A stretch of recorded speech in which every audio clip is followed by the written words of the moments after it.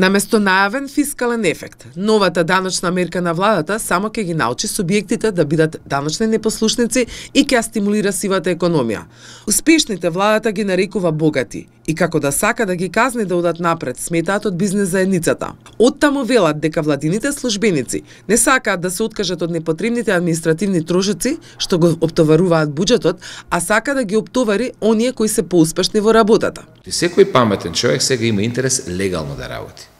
Ако го воведат прогресивниот данок, потоа секој човек ќе има интерес нелегално да работи. А тука најмногу губат и луѓето и државата. Државата со овој закон како да сака да го стимулира сивата економија, криењето на данок и така натаму.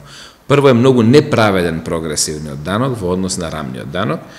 Рамниот данок им дава еднакви шанси на сите. И во рамниот данок тебе те стимулира да бидеш прогресивен. Те стимулира системот да бидете амбициозен и да успевате во животот.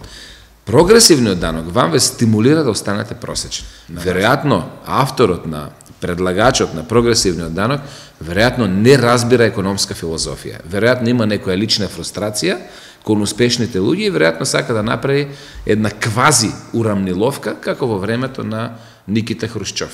Владините аргументи дека со прогресивниот данок ќе се добијат средства што ќе се пренасочат кон сиромашните и ќе се крене нивниот економски стандард се чист популизам, бидејќи контрааргументот укажува на тоа дека ќе бидат дестимулирани бизнисите во развој, креативните поединци, експертите што се движечка сила во креирање на економската клима. Вака грубо поставено прогресирање нема да ги даде ефектите ниту во социјален, ниту во фискален ефект.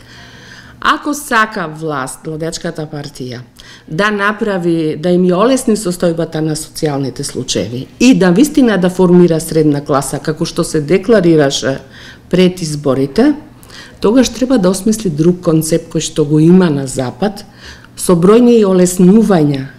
Не само она што го имаме ние општо изземање за сите граѓани на Република Македонија од данокот на доход, кое што за оваа година е на годишно ниво околу 90.000 или месечно околу 7.500 денари олеснување на данокот, туку треба да го дизајнира посложено. Таа треба сега да работи на зајакнување и формирање на средната класа. Сега средна класа, ако се 2% во Република Македонија, тоа не е целта. Наместо IT индустријата или прогресивните растечки индустрии да бидат поттикнати и да отвараат нови работни места, па социјално загрозените да бидат во можност да заработат преку вработувањата, тие евентуално би добиле социјална помош, чиј износ не може да задоволи никакви екзистенцијални потреби.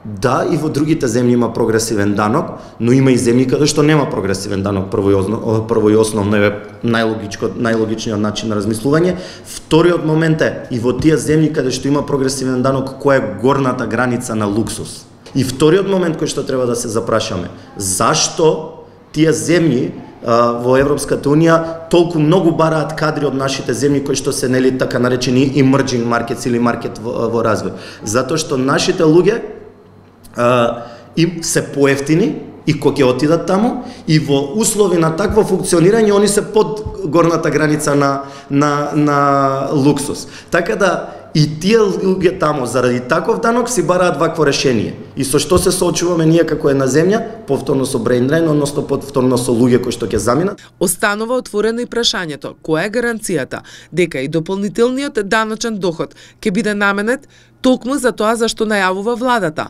а нема истиот да послужи за хранење на државниот апарат.